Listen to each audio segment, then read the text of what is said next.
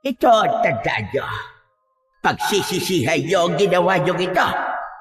Babawiin ko ang lupang ito. At lahat kayo ay luluhod sa aking harapan.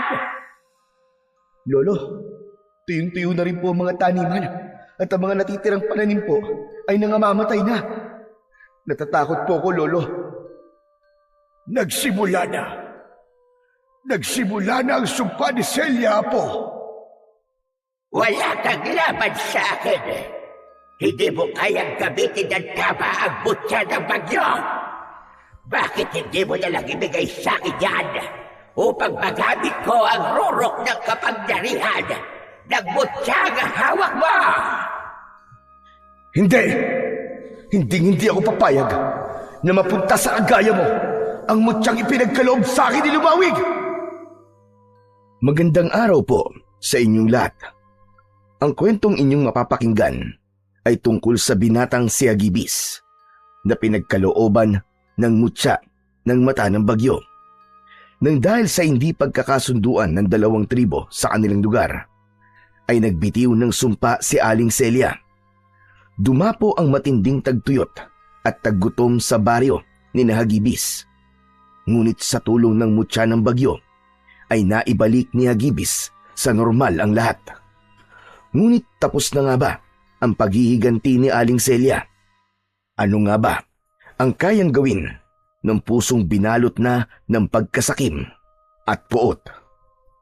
Ngunit bago po ang lahat, mga idol, huwag po nating kalimutan mag-subscribe at i-hit ang notification bell sa aking YouTube channel na The Voice Addict at Apong Isaak para sa mas marami pang makapigil hiningang kwentong aswang at katatakutan mula sa mundo ng kababalaghan.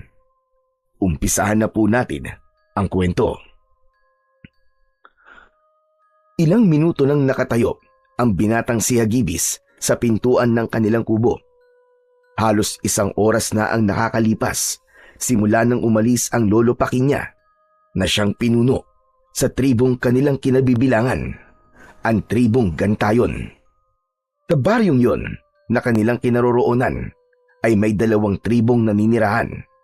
Ang isa pang tribo ay ang tribong Dumalna na pinamumunuan naman ni Aling Celia. Makalipas ang ilang sandali ay natanaw ni Agibis si Lolo Paking na paparating. Sinalubong niya ito at nagmano siya. Agad na umupo si Lolo Paking sa upuang yari sa kawayan. Bakas sa muka ng matanda ang pagkabalisa. Lo, ano po nangyari sa pagpupulong? Naging maayos po ba? Ikinalulungkot ko. Pero hindi, Agibis. Ayaw pumayag ni Celia sa mungkahi ko na panatilihin ang pagmamayari ng baryong ito sa 2 tribo. Ang gusto niya ay ang tribong Dumalna ang magmayari ng lupa ng ating baryo. Kaya naman, natapos ang pagpupulong, nagalit na galit si Celia at ang iba pang katribo niya. Iginiit ni Celia na ang mga ninuno niya ang luminang sa malaking bahagi ng taniman sa baryo. Bakit po kasi hindi na lang natin hayaan na ang tribong Dumalna ang mamahala at magbayari ng lupa ng baryong ito? Para naman wala na pong gulo. Handa naman sana akong gawin yan. Pero nagbago ang isip ko nang may nagsabi sa akin sa plano ni Celia. Aalisan niya ng karapatang mamuno sa baryo natin ang kahit na sinong kasapi sa tribong Gantayon. Maging ako ay mawawalan ng posisyon sa sarili natin tribo. Ang gusto lang ni Celia ay 1 tribo na lang ang maninirahan dito. At yun ay ang tribong kinabibilangan niya. Teka, ang ibig niyo pong sabihin magiging kasapi na rin po tayo ng tribong Dumalna? Aba, hindi naman po yata tama yun, Lo. May sarili po tayong paniniwala at kultura. Isa pa, hindi po pwedeng mabura na lamang ang ating tribo. Tama lang po na hindi po kayo sumang-ayon sa gusto niyang mangyari. Hindi talaga ako papayag, Apo. Hindi ko alam kay Celia kung bakit bigla siyang nagkaroon ng kagustuhan na pamunuan ang buong baryo. Gayong matagal ng panahon na payapang nakatira rito ang 2 tribo. Elo, ano na po pala ang mangyayari ngayon? Bukas ay magkakaroon ng botohan sa liwasan. Pagbobotohan kung mananatiling 2 tribo ang narito sa ating baryo o ang tribong dumalna na lamang. Teka po, maiba ko. Ikaw ba'y nakapagluto na ng ating pananghalian? Nagutom ako sa pulong kanina. Iniin-in ko na lang po ang sinaing, Lo. Nakapagluto naman na po ako ng bulanglang at pritong galunggong. Aba, mukhang masarap yun Mas lalo tuloy ako nagutom. Kung ganun ay tara na, kumain na tayo. Agad na tumalima si Agibis upang maghanda ng kanilang tanghalian. Nang makita niyang luto na ang sinaing, ay inalis niya na yon sa kalan. Matapos maghain, ay dumulog na ang maglolo sa pagkainan. Pumikit muna sila upang magpasalamat sa pagkain na nasa kanilang harapan. Maraming salamat sa ating poong lumikha at sa bathala ng kalikasan na si Lumawig sa pagkain na aming pagsasaluhan ngayon ng aking apo. Naway manatili ang masaganang ani sa aming baryo upang lahat ng mamamayan na naninirahan dito ay araw-araw na may makakain. Muli, maraming salamat po, poong lumikha. Pagkatapos ng maikling panalangin ng pasasalamat, ay nagsimula ng kumain sina Agibis at Lolo Paking. Magana silang kumain at hindi muna sila nag-usap. Ang bathala ng kalikasan na si Lumawig na nabanggit ni Lolo Paking ay ang bathala na sinasamba ng mga tao sa kanilang baryo. Pinaniniwalaan nila na ito ang dahilan kung bakit palaging maganda ang ani ng mga tao roon. Hindi rin natutuyo ang lupa sa lugar nila dahil taon-taon ay may sapat yung ulan. Habang kumakain ay napatingin si Agibis kay Lolo Paking na humihigop ng sabaw ng bulanglang. Napangiti siya dahil halatang nagustuhan na naman ng matanda ang luto niya. Hindi alam ni Agibis kung paano siya mabubuhay kung wala si Lolo Paking. Matagal nang sumakibilang buhay ang kanyang mga magulang. Ang ama niya ay nalunod sa rumaragasang ilog at ang kanya namang ina ay namatay sa panganganak sa bunso niyang kapatid na hindi rin pinalad na mabuhay. Simula noon, si Lolo Paking na ang nag-alaga kay Agibis. Sa kabila ng pagiging pinuno nito ng tribong Gantayon, ay hindi ito nagkulang ng paggabay sa kanya. Tinuruan siya nito na maging matapang, madasalin at magkaroon ng paggalang sa kalikasan. Lumaki si Agibis na daladala ang lungkot ng nakaraan niya, ngunit matatag ang loob dahil sa pagmamahal at paggabay ng kanyang lolo. Araw-araw ay maagang gumigising si Agibis upang magtrabaho sa palayan na pagmamay-ari nila na nasa silangang bahagi ng baryo. Isang lupain na minanapa ni Lolo Paking sa mga ninuno nito. Nang matapos na silang mananghalian, ay inilabas na ni Agibis ang minatamis na saging. Pinagsaluhan nila yon ng kanyang Lolo Paking. Ay nako, naalala ko tuloy ang Lola Amelia mo. Palagi siyang gumagawa ng minatamis na saging nung siya ay nabubuhay pa. Kaya nga po, Lolo. Sa kanya ko nga po natutunan ang pagluluto nito eh. Paalala ko lang sa iyo, Apo. Kung sakaling sumunod na ako sa lola mo sa kabilang buhay, ay ikaw na ang susunod na mamumuno sa ating tribo. Alam kong nakita mo kung paano ko ito pamunuan. At sana, Apo, ipagpatuloy mo lang yon. Mahalin mo ang nasasakupan natin at mamahalin ka rin nila pabalik. Aba, Lolo, huwag naman po kayo magsalita ng ganyan. Matagal pa po ang buhay nyo. Matagal pa po kayo magiging pinuno ng tribo natin. Nagpapakatotoo lang ako, Apo. Sa nangyayaring banggaan ngayon ng 2 tribo, ay hindi ko na alam ang maaaring mangyari. Hindi ko na alam kung ano ang kayang gawin ni Celia para lang maganap ang nais nila sa ating baryo. Naghalo ang lungkot at takot sa puso ni Hagibis sa sinabi ni Lolo Paking.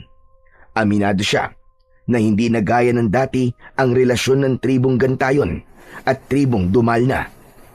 Ngunit hindi siya nawawalan ng pag-asa na maaayos pa rin ang gusot sa dalawang tribo. Naniniwala siya na ang kailangan lang ay masinsinang pag-uusap at respeto sa bawat isa. Nang sumunod na araw ay maagang nagising sina Hagibis at Lolo Paking. Sabay silang nagdasal at pagkatapos ay kumain na sila ng agahan. Matapos yun ay naghanda na sila sa botohan na mangyayari sa liwasan. Habang naglalakad ay hindi na iwasan ni Hagibis ang kabahan. Lo, paano na lang po kung hindi sumang-ayon sa atin ang boto ng mga tao? Paano kung manalo po sina Aling Celia? Ang naisip ko ay kakausapin ko ang lahat ng kabilang sa ating tribo. Tatanungin ko sila kung nais ba nilang maghanap ng ibang lugar kung saan tayo pwedeng lumipat at magsimula ng panibagong buhay. Pero ang sa akin lang, Lo, hindi tayo pwedeng umalis sa baryong to. Dito tayo lahat isinilang at dito na rin tayo babawian ng buhay. Alam ko, Hagibis. Ngunit hindi ko hahayaan na mabura na lang ang tribong Gantayon.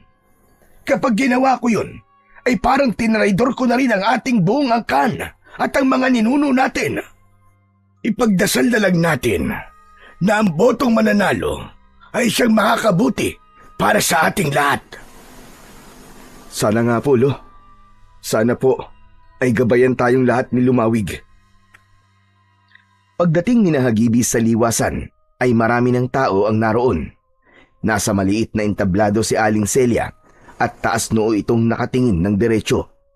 Tila naramdaman ng matandang babae ang presensya nila, kaya napatingin ito sa kanila. Walang ekspresyon ang muka ni Aling Celia. Umakyat na si Lolo Paking sa entablado at naupo sa bakanting upuan sa tabi ni Aling Celia. Nasa gitna ng dalawa ang isang baul kung saan ilalagay ng mga tao ang boto ng mga ito. Tumayo si Hagibis sa harapan kasama ng mga tao. Makalipas ang ilang sandali ay tumayo si Lolo Paking at nagsimulang magsalita. Mapagpalang araw sa ating lahat. Ngayon ay isang mahalagang sandali sa ating kasaysayan ng ating baryo ang magaganap. Hindi natin kayang itago ang tensyon sa pagitan ng ating dalawang tribo, ang Gantayon at ang Dumalna. Narito tayo ngayon upang gawin ang makatarungang proseso na tinatawag nating botohan. Tahimik na nakamasid si Hagibis sa kanyang lolo at ramdam niya ang bigat ng sitwasyon na yon. Lahat ng naririto ay bibigyan ng isang piraso ng papel. At sa papel na yon ay may dalawa kayong maaaring isulat. Kung nais nino na manatili ang dalawang tribo sa baryo, iguhit lamang ang isang bilog. Ngunit kung naniniwala kayo na nararapat na ang tribong Dumalna lamang ang matira, iguhit naman ang isang pahalang na linya. Ang inyong boto ay mananatiling lihim, kaya wala kayong dapat na ipangamba. Matapos ninyong isulat ang inyong boto, ay ilagay nyo ito sa baul na nandito sa harapan. Matapos na mabigyan ang lahat ng kapirasong papel, ay ipinamahagi na ang ilang pirasong panulat. Pinagpasapasahan ng mga naroon ang panulat. Nang mapunta sa kamay ni Hagibis ang panulat, ay walang pagdadalawang isip na bilog ang isinulat niya sa papel. Makalipas ang ilang minuto, ay nakapagsulat na ang lahat. Maayos silang pumila upang ihulog ang papel sa loob ng baul. Nang maihulog na ang huling papel, ay nagsimula ng buksan ng mga matatanda sa tribo ang baul at isa-isang binilang ang boto ng mga tao. Pigil ang hininga ni Hagibis habang pinagmamasdan ang bawat papel na binubuksan. Ang bawat bilog ay nagbigay sa kanya ng pag-asa at bawat pahalang na linya naman ay tila sundot ng patalim sa kanyang dibdib.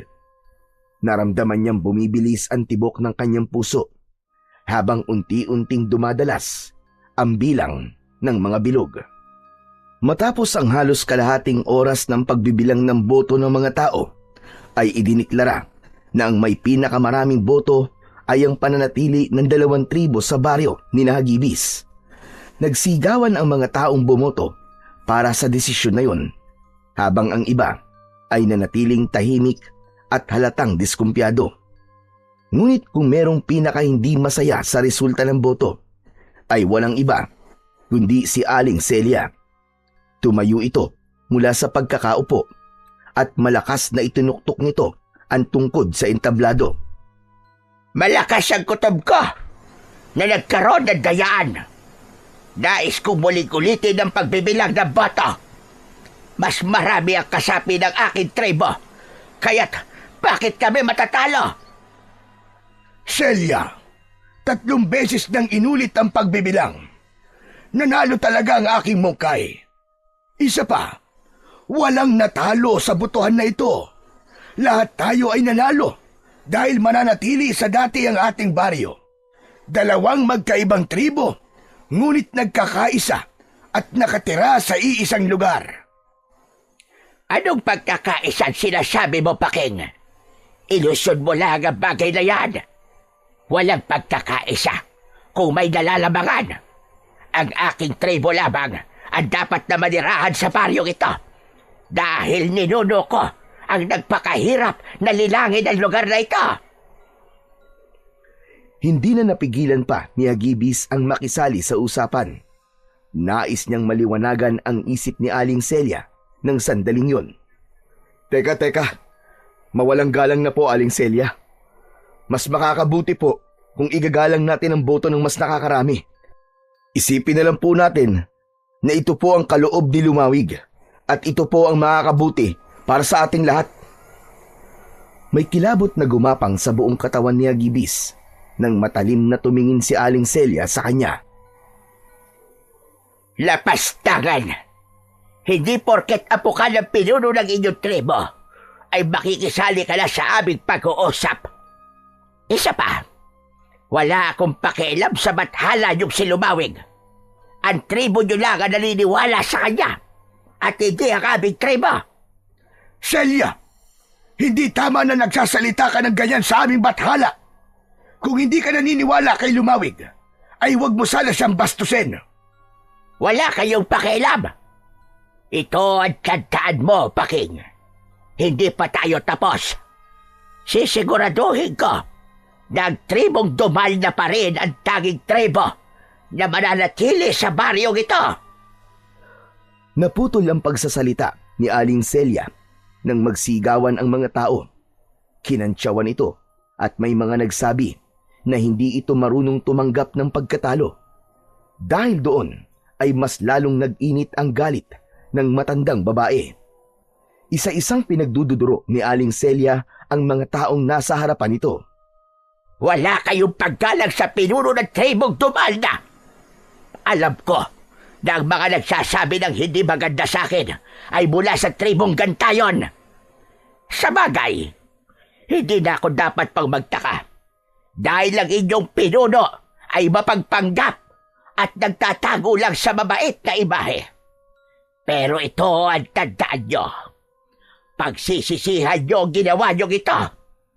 Babawiin ko ang lupain ito at lahat kayo ay luluhod sa aking harapan. Mabigat ang mga akbang na bumaba si Aling Celia sa maliit na entablado. Patuloy pa rin ang pagkantsaw ng mga tao sa matandang babae.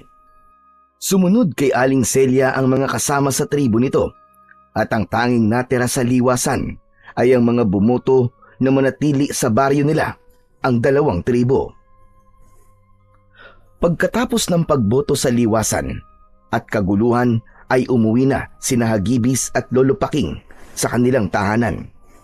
Tahimik sila pagpasok at sabay silang naupo sa sala. Panay ang paghinga ng malalim ni Lolo Paking. Alam ni Hagibis na malungkot ang lolo niya sa naging reaksyon kanina ni Aling Celia. Lolo, parang kinakabahan po ako sa mga binitiwang salita ni Aling Celia kanina. Parang nagbabanta na po siya. Hindi lang parang. Nagbanta na talaga siya. Ano po kaya kung kausapin niyo po siya uli? Paliwanagan niyo po siya na ang nanalong boto ay mapapakinabangan naman natin lahat, na mas makakabuti na walang baguhin sa baryo natin. Saka ko na siya kakausapin kapag lumamig na ang ulo niya. Sa ngayon, ay hahayaan ko muna siyang iproseso ang emosyon niya. Naniniwala ko na kapag kumalma na siya, ay makakapag-isip na siya ng mas maayos. Sa bagay, tama po kayo, Lo. Mahirap pong kausapin ng isang tao kapag galit siya. Pero ang maganda po ay walang kailangan magbago sa baryo natin. Ang totoo nga po natakot ako na baka kailanganin po nating umalis sa lugar na to kasama mga kasapi natin sa ating tribo. Sa totoo lang, Apo, ay alam kong mananalo tayo sa butuhan.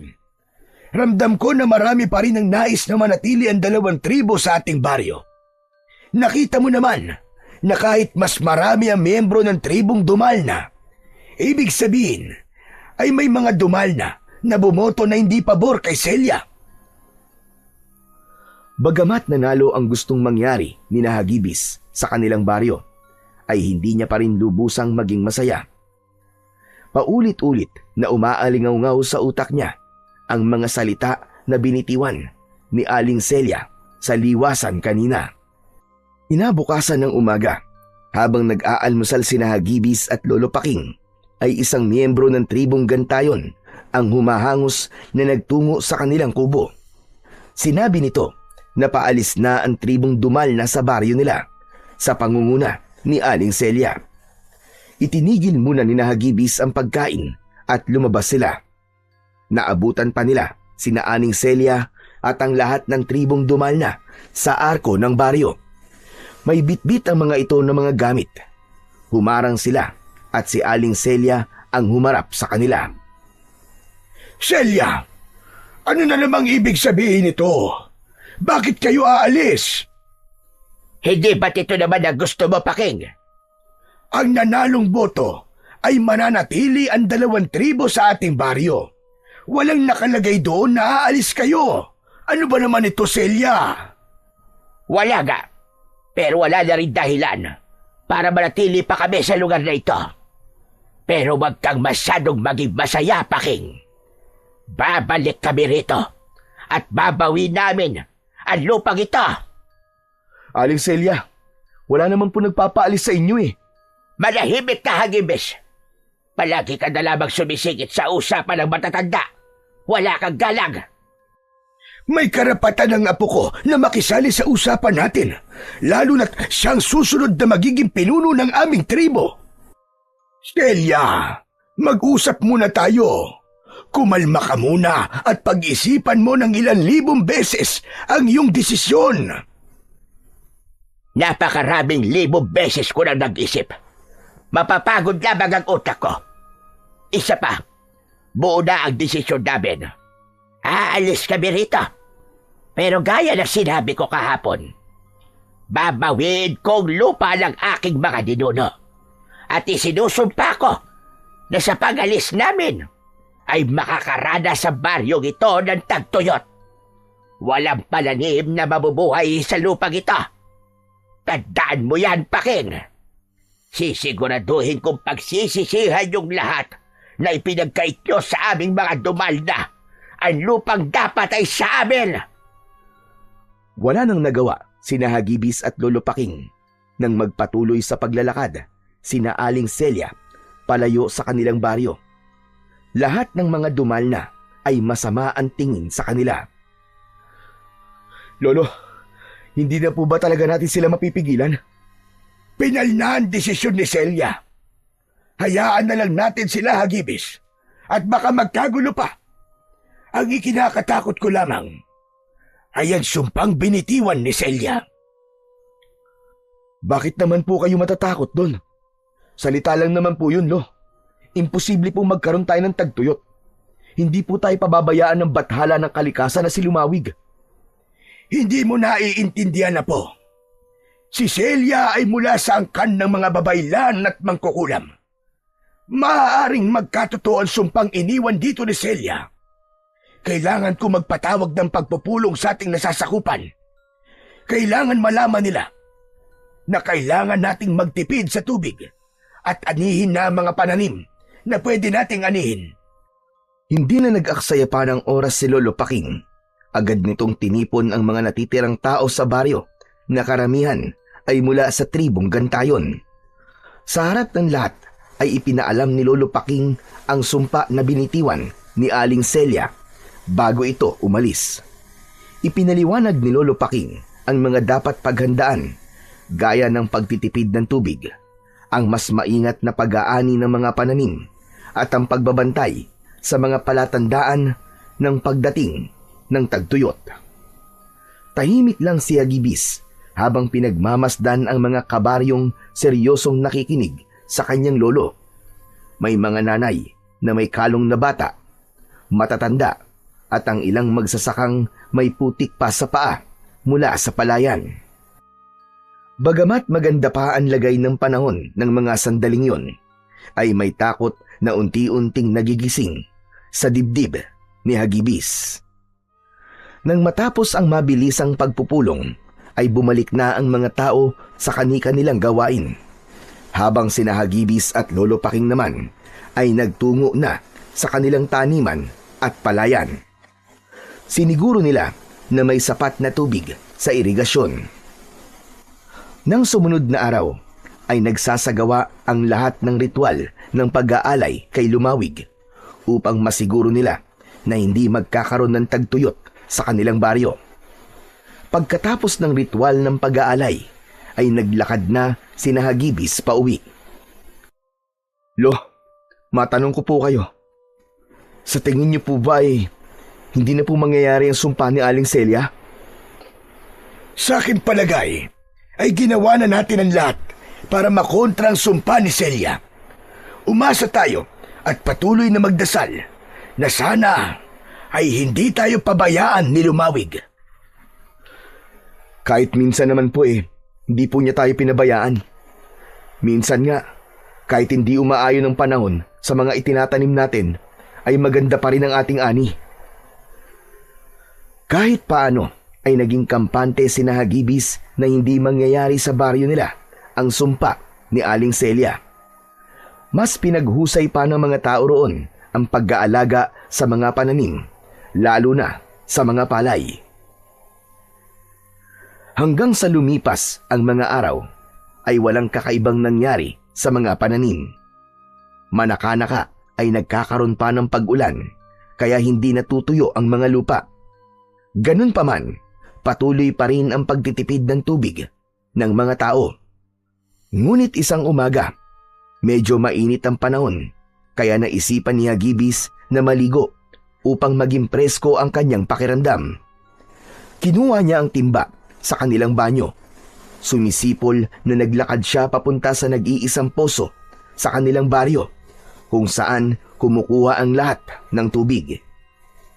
Itinapat ni Hagibis ang timba sa bunganga ng poso. Nagsimula niyang bombahin ang poso. Nung una ay may konting lumabas na tubig, pero hindi naglaon, ay tila hangin na lang ang lumalabas. Napakunot bigla ang noo ni Hagibis. Paulit-ulit niyang binomba ang poso, pero wala ng tubig ang lumabas mula roon. Hindi na pinilit pa ni Hagibis na maglabas ng tubig ang poso. Bumalik na siya sa bahay nila at naabutan niyang nagkakape si Lolo Paking sa labas. Aba, Hagibis, ang aga-aga mo naman yatang mag-igib. Nag-almusal ka na ba? Hindi pa po at hindi pa rin po ako nakakapag-igib. Aba, wala pong lumalabas na tubig sa poso. Ano? Paanong nangyari yon? Kahapon lang ang daming tubig sa poso. Isa pa, imposibleng maubusan ng tubig ang poso natin dahil malapit sa bundok ang balon kung saan nakalinya ang poso. Nagtataka nga rin po ako, Lo eh. Ang mabuti pa po siguro tignan natin ang balon na pinagkukunan ng tubig ng poso. O siya, sige. Magtungo na tayo ron ngayon para malaman na kaagad natin kung ano ba talaga ang nangyayari at walang tubig ang ating poso. Mabilis na inubos ni Lolo Paking ang kape nito at agad na tinahak nila ni Hagibis ang daan papunta sa balon kung saan nakakonekta ang poso. Sa kanilang paglalakad ay nakasalubong nila si Emong na kababata ni Hagibis. Magandang umaga po, Lolo Paking. Saka, sa'yo na rin, Hagibis. Saan ang punta nyo? Sa balon, kung saan kumukuha ng tubig ang ating poso. Wala kasing lumalabas na tubig sa poso ngayon eh.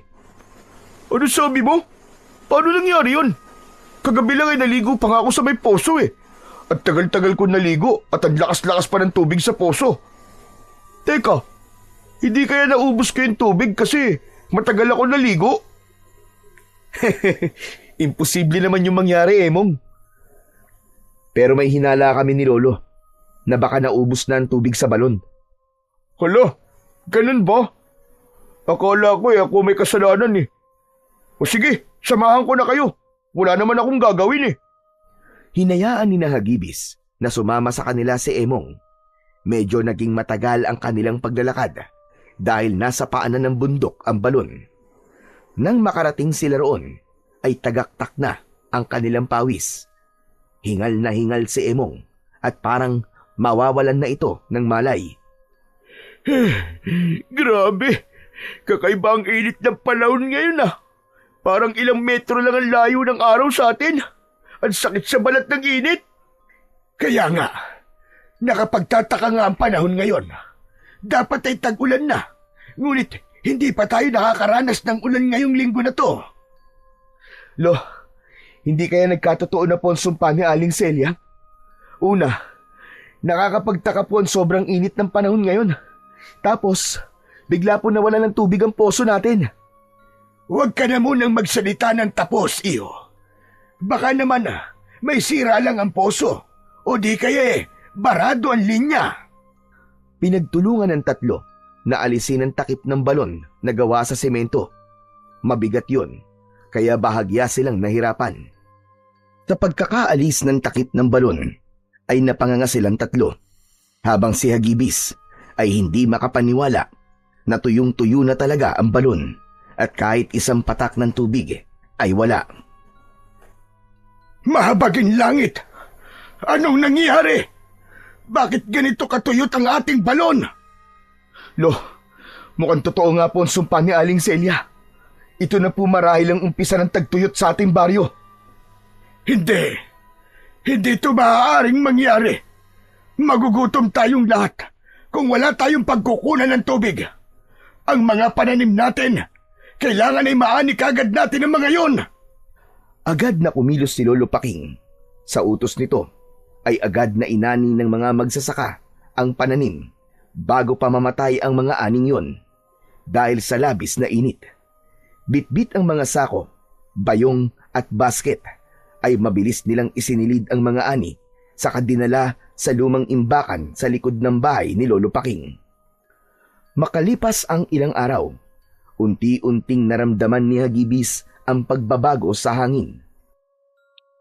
Ang dating malamig at sariwang simoy ng hangin tuwing umaga ay napalitan ng tuyong hangin na parang tinutuyo at parang maganit sa kanyang lalamunan. Sa paglalakad niya sa palayan, isang hapon ay napansin niyang naninilaw na ang mga dahon ng palay na naiwan at dating mamasamasang lupa ay unti-unti nang natutuyo.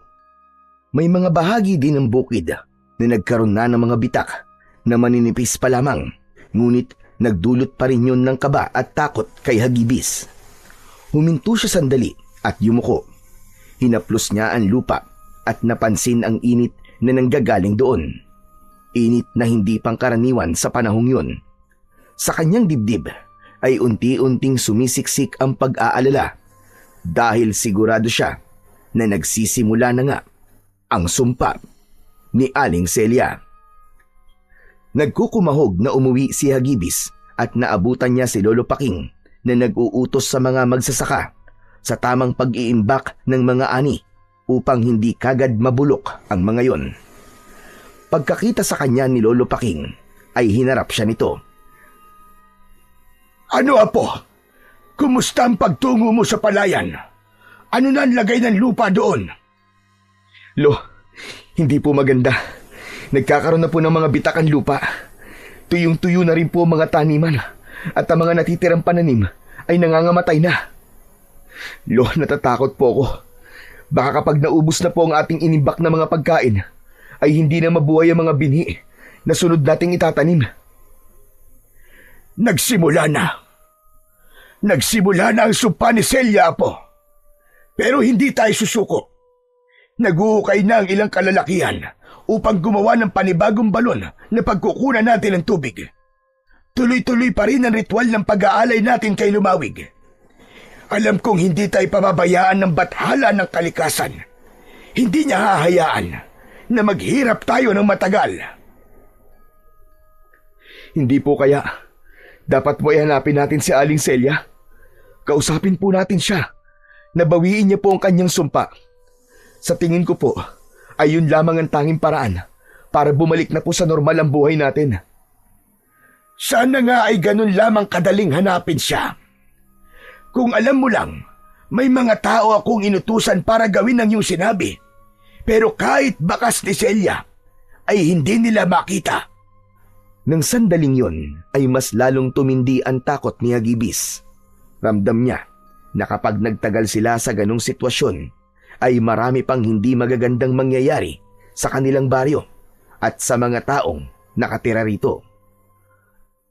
Sa gitna ng lumalalang init ng panahon, ay naging mas mahigpit si Lolo Paking sa pamamahagi ng pagkain sa mga taong nananatili sa baryo. Araw-araw, sa parehong oras, nagpupunta ang mga tao sa harap ng lumang imbakan kung saan nakabantay si Lolo Paking at ilang kalalakihang katiwala. Isa-isa nilang isinusulat sa talaan ang bawat pangalan at itinatapat sa bilang ng miyembro ng pamilya upang doon ibatay ang sukat ng rasyong bigas at mga gulay. Walang labis, walang kulang. Hindi na rin pinapayagan ang paulit-ulit na pagkuha. Maging si Hagibis ay hindi ligtas sa mga patakarang yon.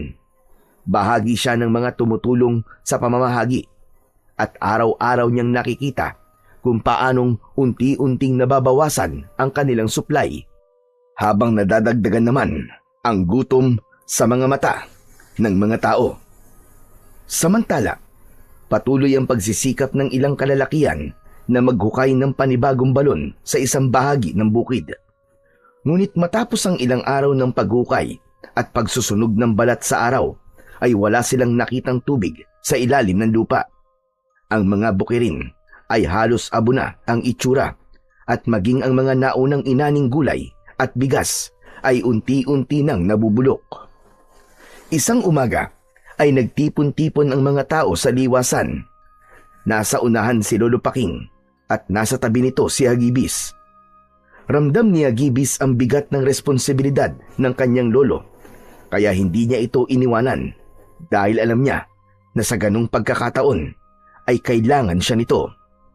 Mga kasama, alam kong mabigat na ang mga araw na lumilipas. Wala tayong tubig at paubos na ang ating mga pagkain. Alam ko rin, marami na sa inyo ang nangangamba, natatakot at nawawalan ng pag-asa. Pero ngayon, higit kailanman, ay kailangan natin ng isa't isa. Magsama-sama tayo. Ang mga natitirang butil ay paghahati-hatian. Ang tubig sa lumang banga ay isa sa ayos ang rasyon. Walang masasayang. Ang sino mang lalabag ay papatawan ng parusa. Umihip ang mainit na hangin at napapikit si Lolo Paking. Saka muling nagsalita. Pero wag tayong mawawalan ng pananampalataya. Patuloy tayong magdasal kay Lumawig. Siya ang bathala ng kalikasan. Hindi niya tayo pababayaan. Hindi niya tayo hahayaang mamatay sa gutom o uhaw. Ang unos ay may katapusan. At kapag natapos ito, babangon tayong muli. Walang pumalakpak sa mga taong naroon hanggang sa may sumigaw na isang lalaki nang nagkamali ito ng pagboto pabor sa nais mangyari ni Lolo Paking. May bumato ng bulok na kamatis sa matanda at tinamaan ito sa dibdib. May ilan pang sumunod na nagbato ng bulok na kamatis. Doon na iniharang ni Hagibis ang sarili sa kanyang lolo. Tama na! Tama na mga kasama, huminahon kayo! Tama na, tumigil kayo! Hindi kagustuhan ng lolo ko nararanasan natin ngayon. Kung meron man dapat sisihin dito ay walang iba, kundi si Aling Celia. Siya ang nagpataw ng sumpang ito sa ating baryo. Ginagawa ng ating pinuno ang lahat para hindi tayo mamatay sa gutom. At sana'y nakikita niyo yon. Alam kong kaya ganyan ang inyong reaksyon, ay natatakot kayo. Ganon din ako mga kasama. Maging ako ay natatakot din. Ngunit hindi sagot ang karahasan at pagsisisihan sa ating pinagdadaanan ngayon. Pagkakaisa mga kasama. Pagkakaisa at pagtutulungan ang kailangan natin ngayon. Walang silbi para sa mga tao ang mga salitang binitiwan ni Hagibis. Diskumpiyadong umalis ang mga tao hanggang sina Hagibis at Lolo Paking ang natira sa liwasan. Maya-maya ay lumapit sa kanila si Emong na may dalang labakara. Pinunasan nito ang muka ni Lolo Paking na puno ng katas mula sa mga bulok na kamatis. Grabe na talaga mga tao dito. Naghahanap na sila ng masisisi. Nakalimutan na yata nila magagandang nagawa niyo sa ating baryo, Lolo Paking. Hayaan mo na. Intindihin na lamang muna natin sila sa ngayon, Emong. Natatakot lang sila. At bilang inyong pinuno, ay kailangan ko pang tatagan. Ano na lamang ang mangyayari kung mauuna pa akong panghinaan ng loob kaysa sa aking nasasakupan? Hayop siya. Kasalanan to ng Aling Celia na yun. Kung naging maluwag lang sana ang pagtanggap niya sa resulta ng botohan, ay hindi mangyayari to. O kaya, pwede naman silang umalis nang hindi nag-iiwan ng sumpa. Dati tinitingala ko siya. Pero ngayon, hindi na. Narinig ko yata ang pangalan ko. Nakakatuwa naman. Dahil kahit wala na ako rito sa baryo nyo, ay bukang bibig nyo pa rin ako. Nagulat sina Hagibis nang marinig nila ang boses ni Aling Celia. Napalingon sila sa kanilang likuran at nakita nila ang pinuno ng tribong Dumalna habang tangan ang tungkod nito. May nakakalokong ngiti sa labi nito. Aling Celia, mabuti naman at nagpakita ka pa sa amin. Nais ko lang na makita ng personal ang unos na inyong nararanasan ngayon dahil sa aking sumpa. Napakasayang makita na nahihirapan kayong lahat, lalong-lalo ka na, Paking. Anong pakiramdam na unti-unti ka nang tinatalikuran ng mga taong dati nagtitiwala sa'yo? Celia, maawa ka sa mga tao rito. Kahit huwag na sa akin. Bawiin mo na ang sumpa. Kung galit ka sa akin, ay ako na lamang ang parusahan mo. Huwag mo nang idamay pa ang ibang tao rito, lalong-lalo ng mga bata. Wala akong pakialam sa nararamdaman mo, Paking. Ang gusto ko ay maghirap kayong lahat dito. Gusto kong pagsisihan nyo kung bakit hindi nyo pinili ang aking tribo ang magmay-ari ng lupang ito. At ito ang tandaan nyo. Hindi natatapos at tagtuyot at taggutom ang aking paghihiganti. Kamatayan. Kamatayan, Paking. Kamatayan ang kakahantungan yung lahat. Tumayo ang balahibo sa braso ni Hagibis sa sinabing yun ni Aling Celia. Tama na! Tama na, Aling Celia! Hindi pa ba sapat sa inyo na makitang nahihirapan kami? Bawiin mo na ang sumpa mo! Hindi. Hindi ko babawiin ang ibis. Lahat kayo ay mamamatay. At kapag dumating na ang araw na yon, babalik ang aking tribo sa baryong ito dahil ito ay amin. Abat, sumusobra ka ng matanda ka. Laking gulat ni Hagibis at Lolo Paking nang biglang sumugod si Emong kay Aling Celia. Ngunit bago pa mapagbuhatan ni Emong ng kamay ang matanda, ay inilapat na ni Aling Celia ang kamay nito sa noo ni Emong. Gumalaw ng mabilis ang bibig ni Aling Celia na para bang may inuusal itong dasal. Natigilan si Emong, natulala ito at parang bigla itong nawala sa sarili. Nagpalinga-linga si Emong at nang makita nito ang mga durog na bulok na kamatis sa lupa, ay isa-isa nitong dinampot yun at kinain. Akala mo ay gutom na gutom si Emong nang gawin nito yon. Pinigilan ni na Hagibis at Lolo Paking si Emong, kaya nawala ang atensyon nila kay Aling Celia. Hinawakan ni Hagibis ang mga kamay ng kanyang kaibigan nang akmang isusubo nito ang bulok na kamatis. Emong! Emong, tama na! Hindi mo dapat kinakain yan! Tama na, Emong! Sa tingin ko, ay dinasalan ni Celia si Emong. Iniharap ni Lolo Paking si Emong dito at isang malakas na sampal ang ibinigay nito kay Emong. Tila nagising si Emong sa mahabang pagkakatulog at sumuka ito nang mapagtanto nito na kumakain siya ng bulok na kamatis. Ano nangyari? Bakit kumakain ako nito? Dinasalan ka ni Aling Celia. Mabuti na lang at sinampal ka ni Lolo. Kaya pala sakit ng mukha ko eh. Teka, nasa na ba si Aling Celia? Napatingin si Hagibis at Lolo Paking sa kinatatayuan kanina ng matandang si Aling Celia. Pero wala na roon ang matanda. Luminga sila at kahit saan ay hindi na nila ito nakita. Parang nawala ito na parang bula. Labis ang pagtataka ng tatlo dahil napakabilis na nawala ni Aling Celia. Sa paglipas ng mga araw ay lalong tumindi ang kalagayan ng baryo. Ang init ay tila apoy na unti-unting tumutupok sa lahat. Walang ulap sa kalangitan at ang hangin ay tuyo at masangsang. Ang mga lalagyan ng tubig ay unti-unti nang nauubos at ang mga pananim ay naging abo na lamang sa tuyot, bitak-bitak na lupa. Marami sa mga tao ang nagsimula ng kumain ng mga bulok na gulay. Ang mga bata ay nagiging matamlay at nagkakasakit. May ilan na piniling lisanin na ang baryo, ngunit mas marami pa rin ang nanatili dahil walang ibang mapupuntahan. Patuloy pa rin ang paninisi ng ilan kay Lolo Paking. Unti-unti nang nawawala ang respeto ng ilan sa matanda na dating tinitingala at hinahangaan. Si Hagibis ay lalong hindi na makatingin sa mga mata ng kanyang mga kababaryo. Kapag naglalakad siya sa labas, ay naririnig niya ang usap-usapan ng ilang tao tungkol sa kanyang Lolo Paking. Isang hating gabi, hindi makatulog si Hagibis. Kanina ay nabalitaan nila ang pagkamatay ng isang matandang lalaki dahil sa labis na gutom at pagkauhaw. Pakiramdam niya ay yun na ang tinukoy ni Aling Celia na kamatayan sa kanilang baryo at alam niya na nagsisimula pa lamang yun. Lumabas si Hagibis at nagtungo sa malawak at tuyong palayan. Nanghihina siyang napaluhod habang nakatingala sa kalangitan.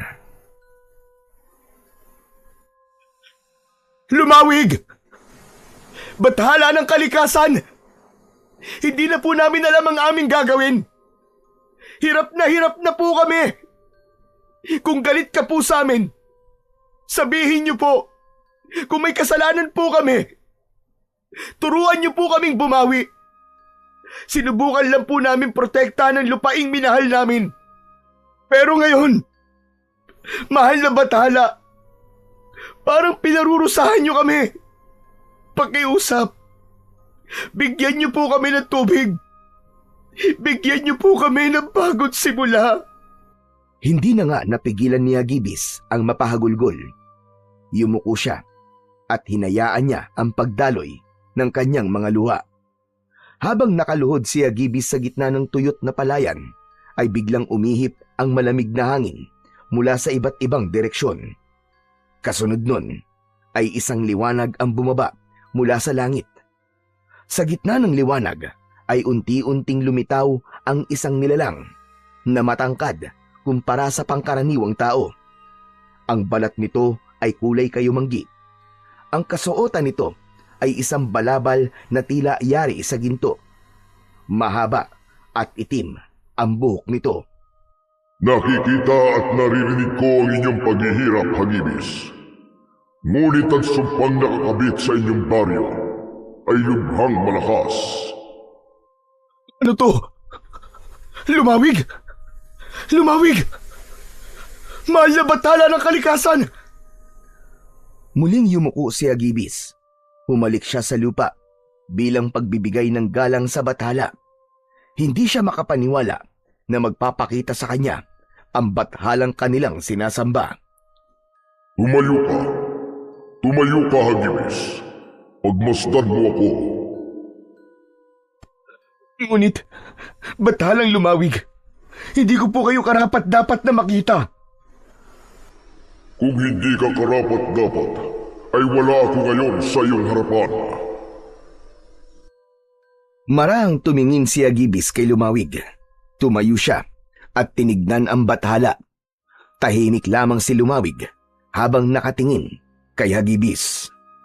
Paumanhin, kung pakiramdam nyo ay hindi ko dininig ang inyong pagsamo at mga dasal. Ngunit ang totoo ay lumikha lamang ako ng isang bagay na makakatulong sa inyo. Kailanman mahal na bathalang Lumawig, ay hindi nawala ang aking pananampalataya sa inyo.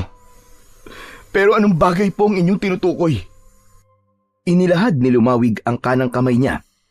Mula roon ay lumitaw ang isang bato na kulay berde na may mata sa gitna. Nagliliwanag yun na parabang isa yung mamahaling kristal. Ito ang mutya ng mata ng bagyo, Hagibis. Ang mutyang ito ay may kapangyarihan at kakayahan na kontrolin ang panahon. Kaya nitong kontrolin ang ulan, hangin at maging ang kidlat. Ipagkakaloob ko to sa inyong baryo at ipagkakatiwala ko to sa isang tao na karapat-dapat. Hindi makapaniwala si Hagibis sa kanyang narinig. May bumangon na pag-asa sa kanyang dibdib. Hiling ko po mahal na bathalang Lumawig, ay makita niyo po ang taong karapat-dapat sa mutya ng mata ng bagyo. Nililikha ko pa lamang noon ang mutya ng mata ng bagyo. Ay alam ko na kung kanino ko to ipagkakaloob. At ngayon ay nasa harapan ko na siya. Nanlamig si Hagibis sa kanyang narinig. Agad niyang nakuha ang ibig sabihin ng bathala. Mahal na bathalang Lumawig, huwag niyo pong sabihin na ako po ang tinutukoy ninyo. Tama ka. Tama ka, Hagibis. Nasa iyo ang lahat ng katangian na aking hinahanap sa taong magtatangan ng mutya ng mata ng bagyo. Kaya tanggapin mo ang mutya na ito. Gamitin mo ito upang tulungan ang mga tao sa inyong baryo, Hagibis. Gamitin mo ito at lumikha ka ng ulan. Basain mo ang mga lupa upang muli itong mataniman. Matama na tinitigan ni Hagibis ang mutya ng mata ng bagyo na nasa palad ni Lumawig. Nagdadalawang isip siya kung tatanggapin niya ba yon o hindi. Huwag kang magduda sa iyong sarili, Hagibis. Dahil mismo ako ay walang naramdaman na pagdududa sa iyo kahit gapatak. Tanggapin mo na ang mutya. Kunin mo na ito sa aking palad. Napalunok si Hagibis. Dahan-dahang umangat ang kanyang kamay hanggang sa nahawakan na niya ang mutya ng mata ng bagyo. Isang kakaibang enerhiya ang gumapang sa buo niyang katawan. Mabilis siyang gumapang sa bawat hibla ng kanyang laman at ugat. Ikinulong niya sa kanyang palad ang mutya at nang buksan niya ang palad niya ay naging kwintas na ang mutya ng mata ng bagyo. Palagi mong isuot ang kwintas na yan at huwag mong hahayaan na mapunta yan sa maling kamay. Malaki ang tiwala ko sa iyo, Hagibis. Alam kong gagamitin mo ang mutya ng mata ng bagyo sa tama at sa kabutihan. Maraming salamat. Maraming salamat po, mahal na Bathalang Lumawig. Makakaasa po kayo na hindi ko po ito gagamitin sa kasamaan at para makapanglamang sa aking kapwa. Gagamitin ko po ito sa kabutihan at sa kapakanan ng mas nakararami. Bahagyang yumukod si Hagibis at sa pag-angat ng kanyang muka ay wala na sa kanyang harapan si Lumawig. Muli siyang nagpasalamat sa Bathala ng Kalikasan at isinuot na niya sa kanyang leeg ang kwintas na may palawit ng mutya ng bagyo. Humahangos na tumakbo si Hagibis pabalik sa kanilang bahay. Nang makarating siya roon, ay agad niyang ginising si Lolo Paking. Lolo Paking, gumising po kayo! Ano ba? At nanggigising ka ng tulog, Hagibis? Hindi naman po pwedeng manggising ng gising, di ba? Sa bagay, tama ka. May maganda po akong sasabihin sa inyo. Magugulat po kayo. Siguruhin mo lamang na maganda yan. Tandaan mo na ginambala mo ang tulog ko. Tignan niyo po ang kwintas ko, Tignan niyo po mabuti. Matamang pinagmasdan ni Lolo Paking ang suot na kwintas ni Hagibis. Napakunot ang noo ng matanda. Aba, saan mo ba nakuha ang kwintas na yan? Maganda at mukhang mamahalin ba to? Hindi po ito isang pangkaraniwang kwintas lang. Ito po ang mutya na mata ng bagyo. Ipinagkaloob po sa akin to ni Lumawig. Sinalat ni Lolo Paking ang noo at leeg ni Hagibis. Wala ka namang lagnat, pero bakit nagsasabi ka ng ganyan na po? Lolo naman totoo po mga sinasabi ko. Tinawag ko po kanina si Lumawig sa palayan at nagpakita po siya sa akin. Ibinigay po niya sa akin ang mutyang ito para tulungan po tayong lahat. Kaya po nito magpaulan, Hindi po tayo pinabayaan ni Lumawig. Dininig niya po ang dasal natin sa pamamagitan po ng mutya na ito. Hindi nakapagsalita si Lolo Paking. Sa labis na kasiyahan ni Hagibis ay niyakap niya ang kanyang lolo. Pagsapit ng umaga ay muling nagpatawag ng pagpupulong si Lolo Paking sa liwasan. Iilan lamang ang taong nagpunta at naintindihan ni Hagibis na marami na ang nawalan ng tiwala sa kanyang lolo. Ngunit sa sandaling yon ay naniniwala siya na babalik na ang tiwala ng mga tao sa kanila at sa Bathala ng Kalikasan na si Lumawig. Mga kababaryo, pakinggan ninyo ang apo kong si Hagibis. May ibabalita siya sa ating lahat na isang bagay na maaaring magpabago ng kalagayan natin ngayon. Tumahimik ang lahat. Tumayo si Hagibis sa harapan ng mga tao at saka siya nagsimulang magsalita. Mga kasama, kagabi, habang ako'y sumasamo kay Lumawig sa gitna ng palayan, ay nagpakita sa akin ang mahal na Bathala ng Kalikasan. Ipinagkaloob niya sa akin ang mutya na mata ng bagyo. Isang mutya na may kakayahang kontrolin ang panahon at kasama na rito ang pagkontrol sa ulan. Ayon sa mahal na Bathalang Lumawig, ay gamitin ko ito upang muling bumuhos ang ulan sa ating baryo. Umalingaw-ngaw ang mahihinang bulungan ng mga tao. Hanggang may sumigaw na baka gutom lang daw si Hagibis, kaya niya yun nasasabi. May sumigaw pa na wag nang paasahin ni na Hagibis ang mga tao sa isang bagay na imposible. Hindi na nagsalita si Hagibis para pilitin na maniwala ang mga tao. Ang naisip niya ay ipakita na lamang sa lahat ang patunay na totoo ang kapangyarihan ng mutya ng mata ng bagyo. Mahigpit na hinawakan ni Hagibis ang mutya at pumikit siya. Mutya ng mata ng bagyo, dinggin mo ko. Basbasan mo ang aming baryo ng ulan. Ulan na muling magbibigay buhay sa aming mga tanim. Ulan na magbibigay ng pag-asa sa aming lahat upang magpatuloy ang aming mga buhay. Nagulantang ang lahat Nang biglang lumitaw ang maitim na ulap sa kalangitan, sinundan yon ng pagkidlat at pagkulog. Nagsimulang lumamig ang hangin na sinabayan ng pagpatak ng ulan, hanggang sa ang paisa-isang patak ay tuluyan ng bumuhos. Mabilis na nabasa ang tuyong lupa. Nagsigawan ang mga tao sa labis na kasiyahan. Mga nakatingala at nilalasap ang pagyakap ng malamig na buhos ng ulan. Ang iba ay nagpaikot-ikot habang sumasayaw. Naluluwang napatingin si Agibis kay Lolo Paking. Lo, umuulan na! Umuulan na po! At yun ay dahil sa iyo, Apo, at sa mutya ng mata ng bagyo. Binigyan mo ulit ng pag-asa ang lahat. Maraming salamat, Apo. Salamat din po kay Lumawig. Kung hindi niya po ipinagkaloob sa akin ang mutya ng mata ng bagyo, ay hindi ko po ito magagawa. Hinayaan lang ni Agibis na magsaya ang mga tao sa pagbuhos ng ulan. May ilan na nagsahod ng batya at timba. Alam ng lahat na malaki ang magagawa ng muling pag-ulan sa kanilang baryo dahil muling nabasa ang kanilang lupa at maaari na ulit nila yung taniman, habang ang mga balon naman ay muling magkakaroon ng tubig.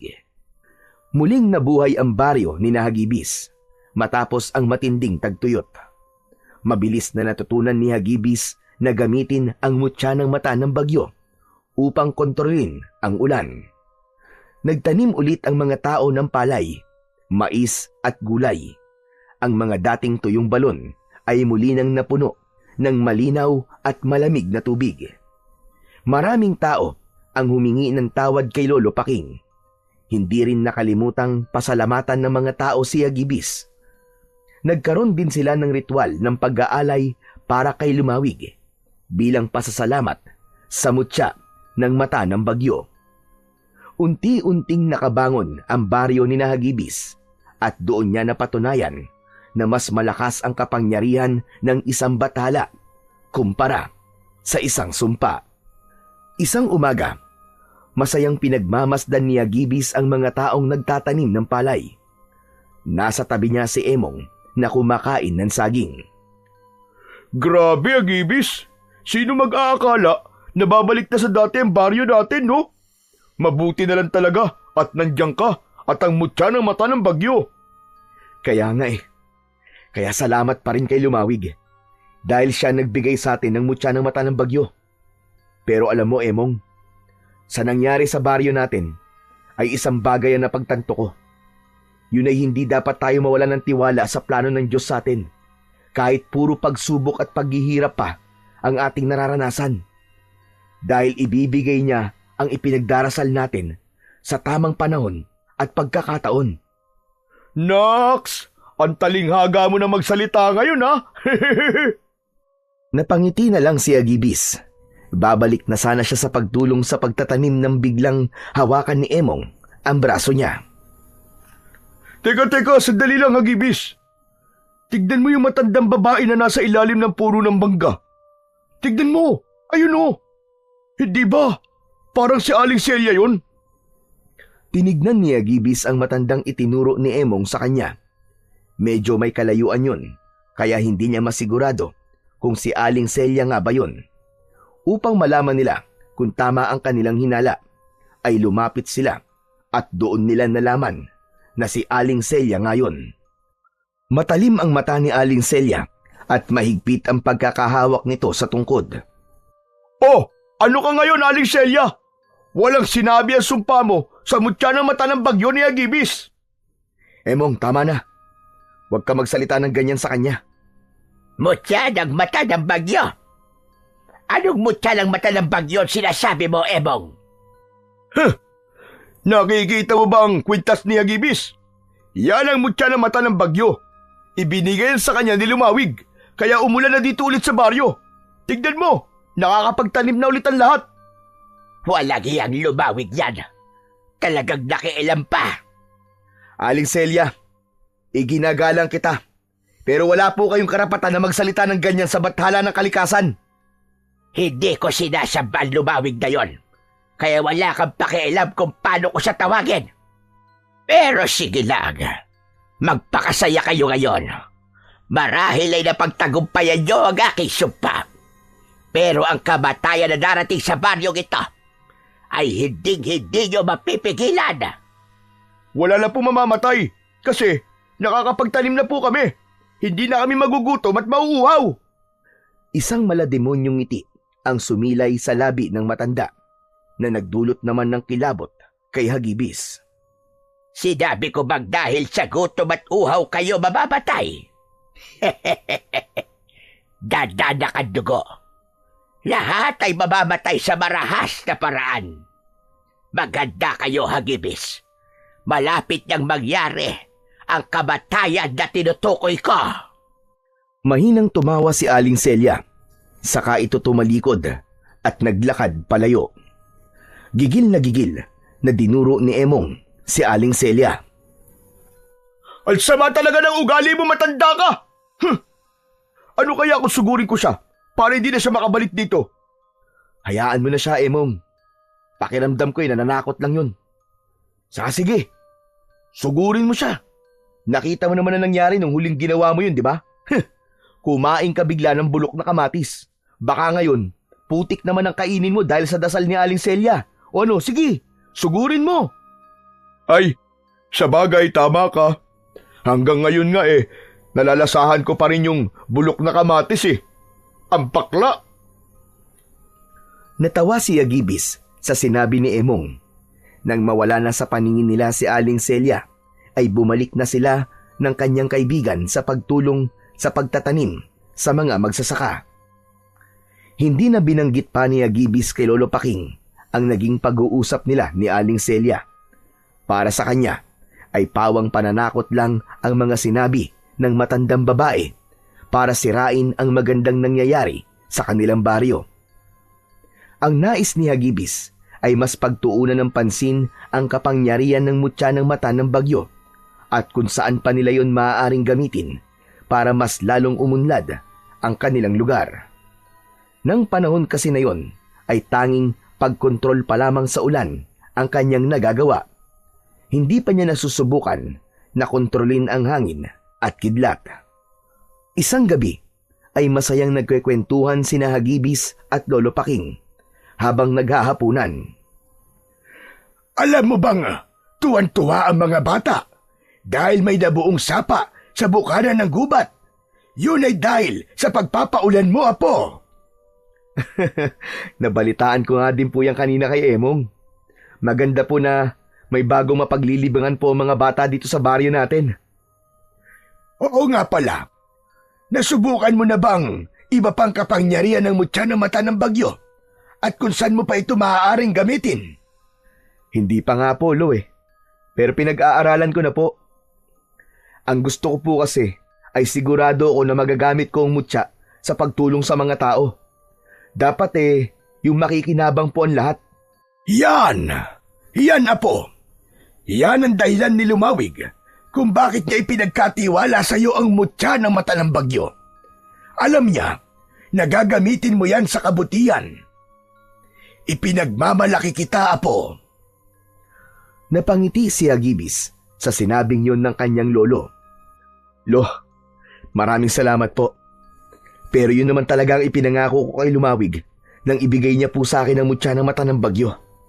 Ayoko pong isipin na porkit sa akin niya ipinagkatiwala ang mutyang to, ay ako o tayo lang po ang dapat na makinabang dito. Dapat po, ang lahat ng taga rito sa atin ay makikinabang. Tama yan, Apo. Ngayon pa lang ay nakikita ko nang magiging mabuti kang pinuno ng ating tribo pagdating ng panahon. Mas lalong lumaki ang ngiti ni Hagibis sa sinabing yun ni Lolo Paking. Ngunit para sa kanya, hindi niya ginagawa ang lahat ng yun upang maipakita lamang sa mga tao kung anong klase siyang pinuno sa hinaharap. Tinutupad niya lamang kung ano ang sinabi niya kay Lumawig nang ipagkatiwala nito sa kanya ang mutya ng mata ng bagyo. Hanggang isang gabi, nabulabog ang katahimikan ng buong baryo nang umalingaw-ngaw ang sigawan ng mga tao. Maging sina Hagibis at Lolo Paking ay napabalikwas ng bangon sa kanilang pagkakatulog. At may pagtataka silang nagkatinginan. Lo, sigaw po ba yun ng mga tao? Sa tingin ko ay oo, Apo. Tara, lumabas tayo at tignan natin kung ano ang nangyayari. Bago sila lumabas, ay kumuha ng itak si Lolo Paking. Upang makasiguro, ay kinuha na rin ni Hagibis ang isa pang itak. Sa paglabas nila, ay nakita nila ang mga taong nagkakagulo. May mga tumatakbo, ngunit wala silang nakikitang humahabol sa mga ito.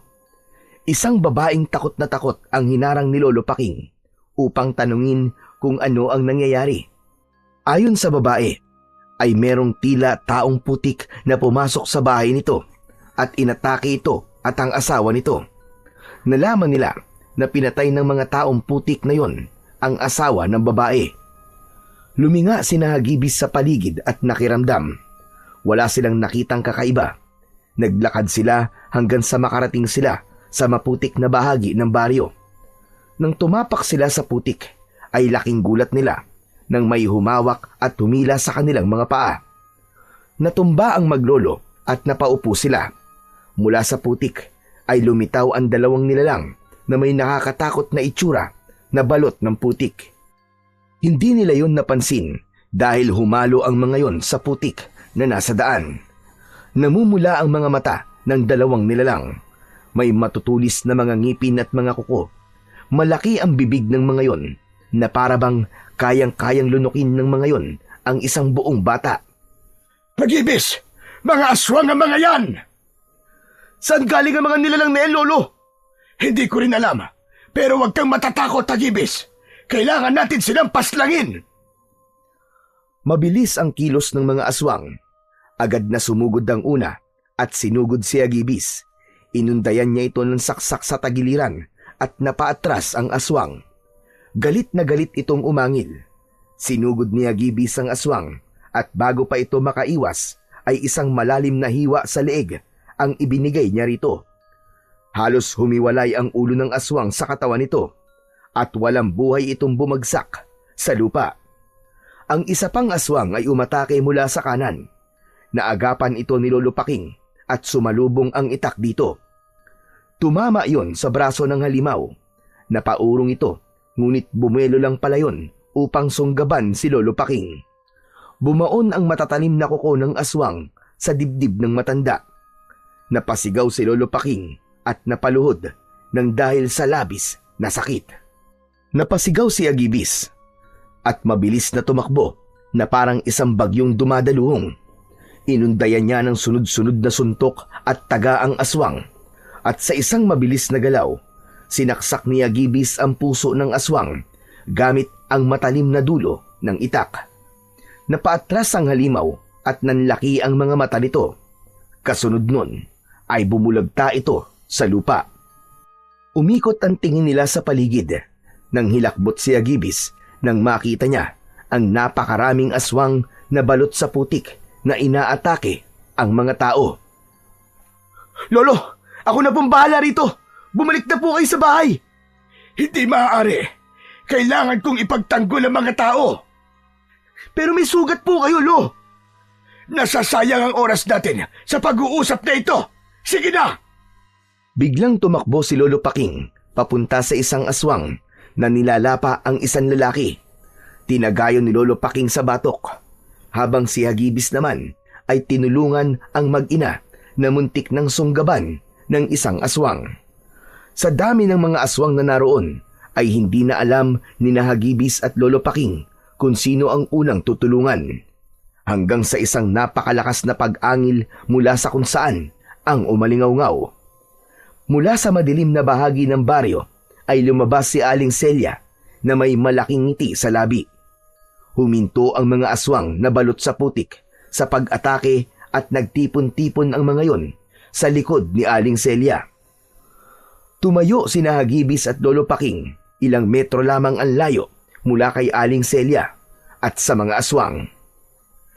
Celia! Anong ibig sabihin ito? Huwag mong sabihin na ikaw ang may pakana ng pag-atake ng mga aswang dito sa baryo. Sino pa nga ba? Kundi ako. Nakatutuwang makita ang napakaraming bangkay At naaawa ko sa inyong dalawa dahil kayo lang ang may lakas ng loob na lumaban para sa lahat. Kung ganon, mga aswang pala ang tribo nyo. Ang tagal nyo kaming niloko. Nagkakamali ka, Hagibis. Hindi kami natural na mga aswang. Nang umalis kami sa baryong ito, ay ibinenta namin ang aming kaluluwa sa Diablo. Kung si Lumawig ang tumutulong sa inyo, sa amin naman ay ang hari ng kadiliman. Ginawa niya kaming mga aswang na may kakayahang magtago sa putik. Ito na ang sinasabi kong kamatayan. Kamatayan, Hagibis. At walang magagawa ang mutya mo na ang tanging kayang gawin ay magpaulan. Tama na! Tama na, Celia! Isipin mo na minsan mong minahal ang baryong ito. Huwag mo itong gawin sa amin! Ngunit hindi ako minahal ng mga tao sa lugar na ito, Pakig. Kaya uubusin ko kayong lahat hanggang mapunta sa amin. Ang dapat ay sa amin. Sa'yo na ang baryong ito kung gusto mo. Aalis na lamang kami. Huwag mo lang patayin ang mga taong nandito. Nakikiusap ako sa'yo, Celia. Hindi ko tatanggapin ang alok mo, Pakeng. Buo na ang desisyon ko. Babawiin ko ang baryong ito sa madugo at marahas na paraan. Lahat kayo na narito ay mababatay. Isang malakas na tawa ang pinakawalan ni Aling Celia bago mabilis na tumakbo palayo ang mga aswang. Nang maiwan doon si Aling Celia, ay nagbago ang anyo nito. Gaya ng mga alagad nito, ay naging aswang din ito na balot ng putik. Masangsang ang amoy nito na maihahalin tulad sa imbornal. Mabilis din itong nawala sa paningin ng lahat. Nang makasiguro sila na wala na sina Aling Celia, ay inasikaso na ni Hagibis at Lolo Paking ang mga sugatan. Labis na nanlumo si Hagibis nang makita niya na may ilang pinatay ang mga aswang. Nadurog ang puso niya sa palahaw ng mga pamilyang namatayan. Habang ginagamot nila ang mga sugatan, ay hindi napigilan ni Hagibis na kausapin si Lolo Paking. Lo, ano na po ang gagawin natin ngayon? Panigurado po, babalik si Aling Celia dito at ang mga aswang. Sa ngayon, ay wala pa akong magandang plano, Apo. Maging ako ay nabigla din sa nangyari. Hindi ko akalain na hahantong si Celia sa puntong ibibenta niya ang kanyang kaluluwa at ang buong tribo niya sa Diablo nang dahil lang sa galit. Ganyan din po ang nararamdaman ko. Hindi na siya ang dating Aling Celia na kilala natin. Noon naman, kahit seryoso siya, ay nakikita ko mabuti siyang tao. Wala na. Wala na, Apo. Nilamon na siya ng kasakiman at puot. Nakakalungkot lang na ang problema na maaari sanang maresolba sa maayos na pag-uusap ay mauuwi sa ganito. Ipinagpatuloy ni Hagibis ang pagtulong sa mga panggagamot sa mga sugatan. Pinigilan niya ang kanyang luha dahil ayaw niyang isipin ng mga tao na mahina siya. Mabigat sa dibdib niya ang nangyari, lalo na't alam niya na isa siya sa inaasahan ng mga tao na poprotekta sa mga ito. Pakiramdam niya ay binigo niya ang kanilang baryo dahil sa meron pa ring namatay sa nangyaring pagsalakay ng mga aswang. Kinaumagahan, sa gitna ng malawak na lupa sa dulo ng baryo ay nakahilera ang mga bangkay na balot ng kumot. Ang ilan ay hindi na makilala sa tindi ng pinsalang natamo mula sa mga aswang. Sama-samang nagtipon ang mga natitirang taga-baryo upang ilibing ang mga namatay. Isang malaking hukay ang kanilang ginawa. Doon ay maingat nilang inilagay ang mga bangkay at tinabunan ng lupa. Nag-alay sila ng panalangin pagkatapos. Matapos ang unang pag-atake ng mga aswang, ay nabahira na ng takot ang bawat sulok ng baryo. Hindi na lumalabas ang mga tao pagsapit ng dilim, at ang dating masiglang liwasan ay naging tahimik na parang isang sementeryo. Marami ang hindi makatulog sa gabi at patuloy na nagbabantay. Lahat ay nabalot sa pangambang maaaring bumalik muli ang halimaw anumang oras. Ngunit sa kabila ng lahat, nanatiling matatag sina Hagibis at Lolo Paking. Tahimik silang nagbantay at naghihintay ng kanilang susunod na laban. Isang araw, basang-basa ang lupa matapos na gamitin ni Hagibis ang mutya ng mata ng bagyo upang umulan. Habang nagpapahinga siya sa ilalim ng puno ng mangga, ay bumalik sa alaala niya ang gabing umatake sa baryo nila ang mga aswang. Hindi mawala sa isip niya ang nakakatakot na anyo ng mga yon, lalo na si Aling Celia. Sa lalim ng kanyang pag-iisip ay hindi niya namalayan ang pagdating ng kaibigan niyang si Emong. Hagibis, tikman mo itong suman na ginawa ni nanay. Ang sarap oh! Hindi pinansin ni Hagibis si Emong. Nanatili siyang nakatingin sa kawalan. Hoy, Hagibis!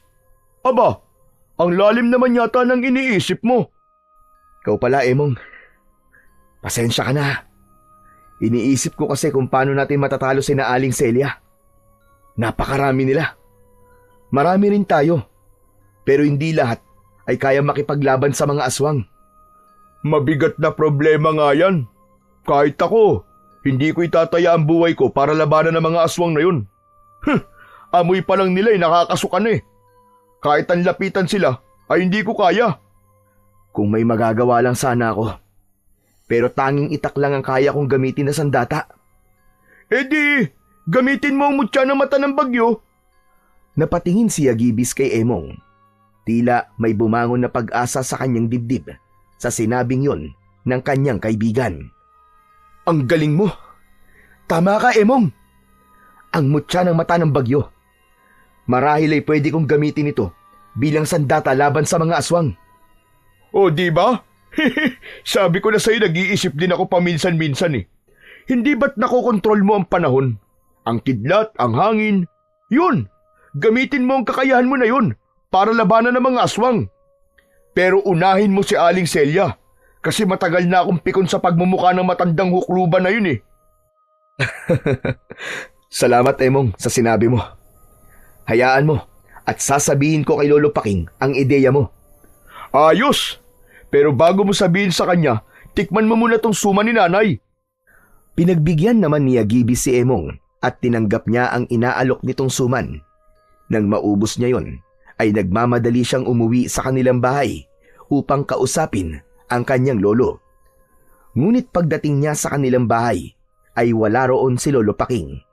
Lalabas na sana siya para hanapin ito nang biglang dumating ang matanda. Bakas sa mukha nito ang pagod at pagkabahala. "O, Lo, saan po kayo galing at parang pagod na pagod po kayo?"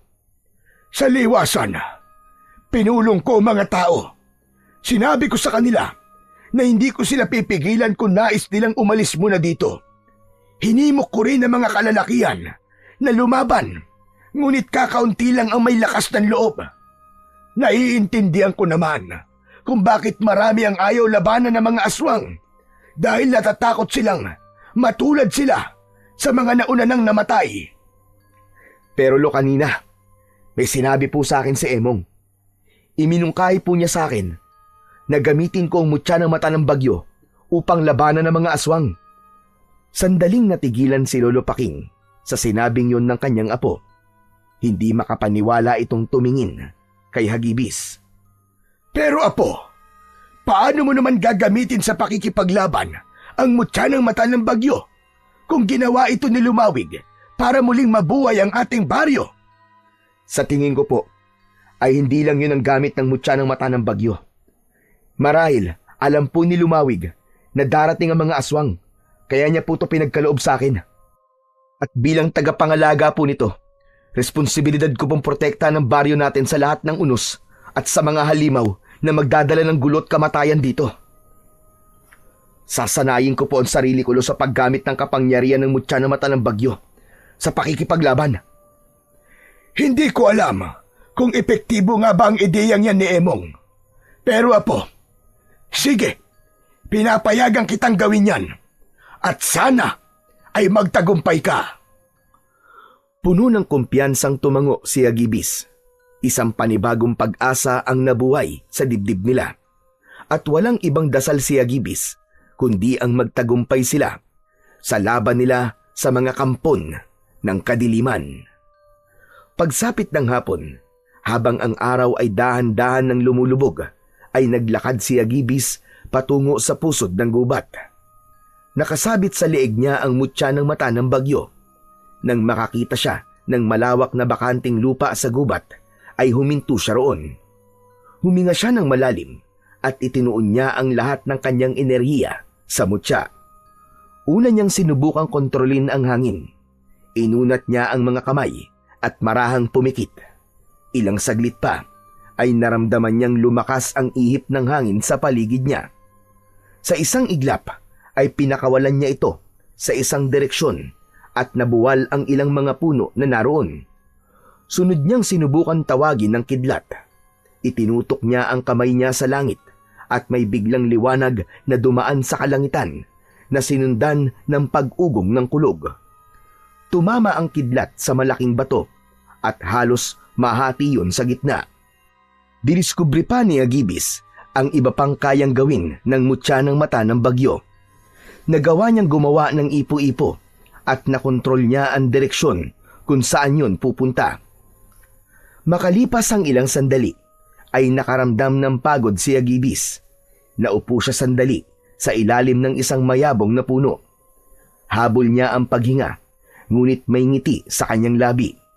Sa kabila ng pagod, ay damang-dama niya ang lakas na bumabalot sa kanyang katawan. Nagulat si Agibis nang makarinig siya ng yabag sa kanyang kaliwa. Naging alerto siya at itinutok niya roon ang kanyang kamay. Isang ipo-ipo ang kanyang nilikha at hinigop nun ang taong naroon. Pataas ng pataas ang tao sa gitna ng ipo-ipo. Nanlaki bigla ang mga mata ni Agibis nang malaman niya na si Emong pala ang hinigop ng kanyang ipo-ipo. Hoy! Ibaba mo ako, Agibis! Ano ka ba? Kaibigan mo ako! Ibaba mo ako rito, nahihilo na ako! Mabilis na kinontrol ni Agibis ang ipo-ipo hanggang sa tuluyan na yung naglaho. Bumagsak si Emong sa lupa na una ang pang-upo. Aray! Aray ko! Nabalian yata ako ng balakang, buwisit ka ha! Tinulungan ni Agibis si Emong na tumayo. Inilahad niya ang isa niyang kamay. Nang tanggapin yun ni Emong, ay sa kanya ito hinila patayo. Pasensya ka na, Emong ha. Akala ko kasi aswang ka eh. Grabe ka naman sa akin. Itong gwapo kong to, pagkakamalan mo akong aswang. Saka maaga pa no, para magpakita mga pangit na yun. Pasensya ka na talaga. Ikaw naman kasi. Ano ba kasing ginagawa mo rito? Ano pa nga ba, di sinundan kita. Nang makita kita kanina na papunta ka dito sa gubat, ay alam ko na magsasanay ka sa paggamit ng mutya. At nakita ko lahat ng ginawa mo, Agibis. Ang astig! Lalo na yung pinakidlat mo, tas tinamaan yung bato, tas nahati. Wow na wow talaga! Tama ka nga. Magagamit ko nga ang mutya para labanan ng mga aswang. At ideya mo yun, Emong.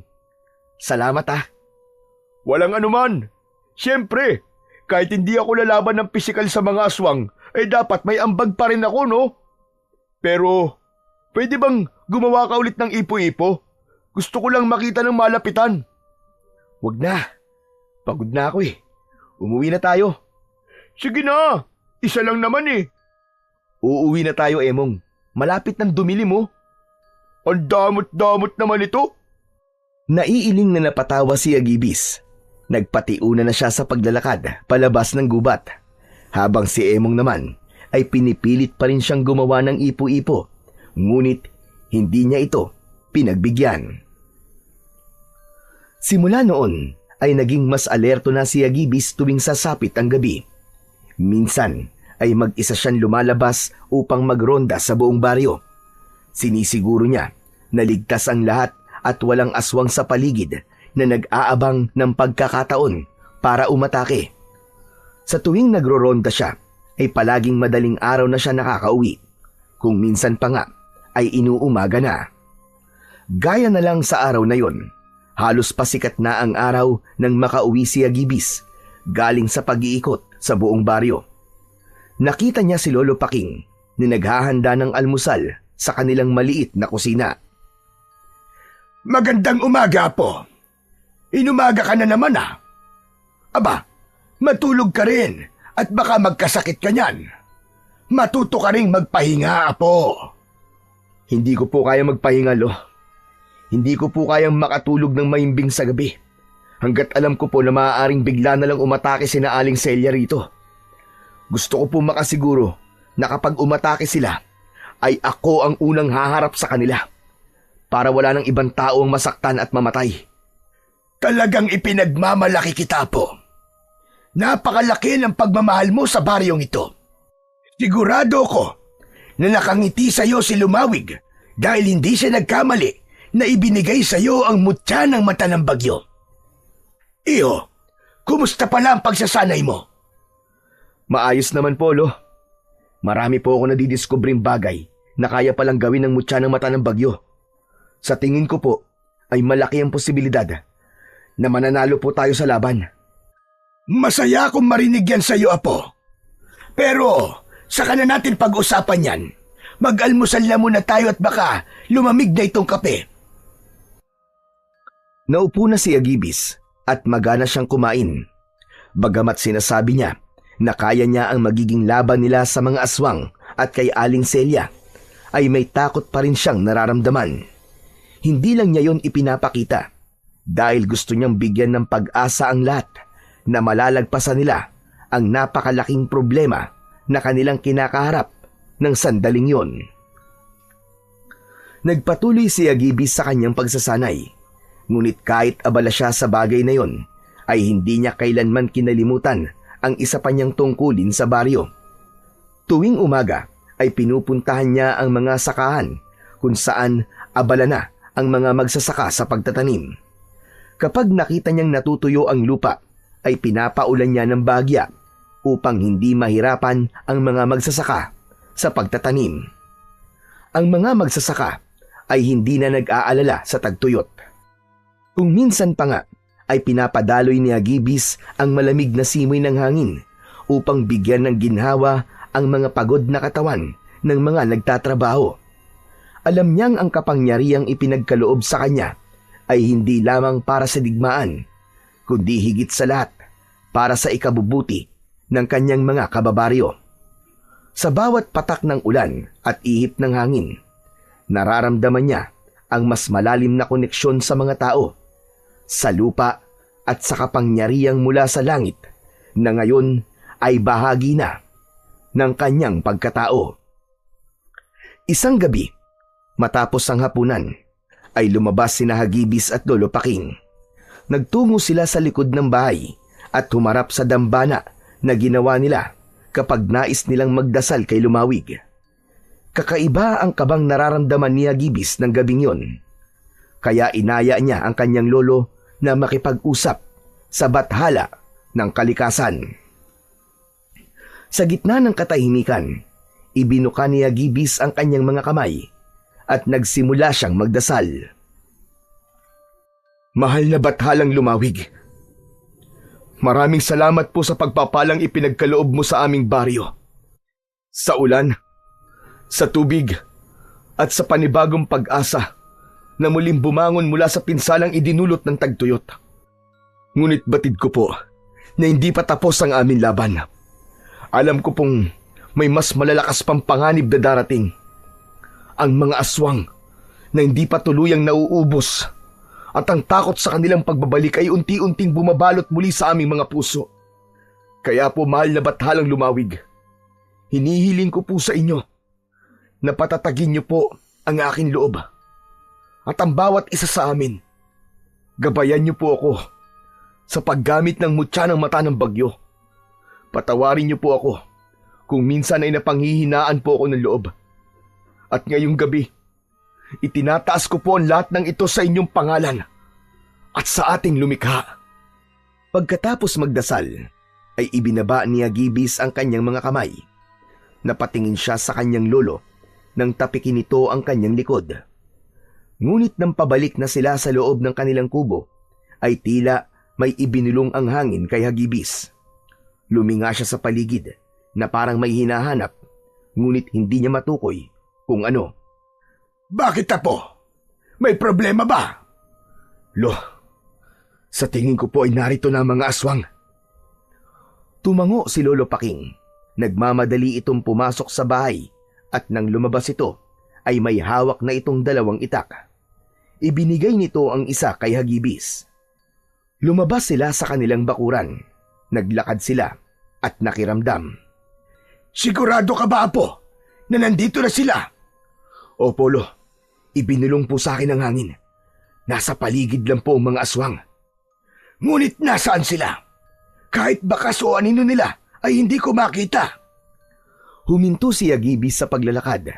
Lumuhod siya at inilapat niya ang isang kamay sa lupa hanggang sa naalala niya na nagtatago nga pala sa putik ang mga aswang. Maya-maya pa ay tumayo siya. Alam ko na, Lo, kung paano natin sila makikita. Mahigpit na hinawakan ni Hagibis ang mutya ng mata ng bagyo.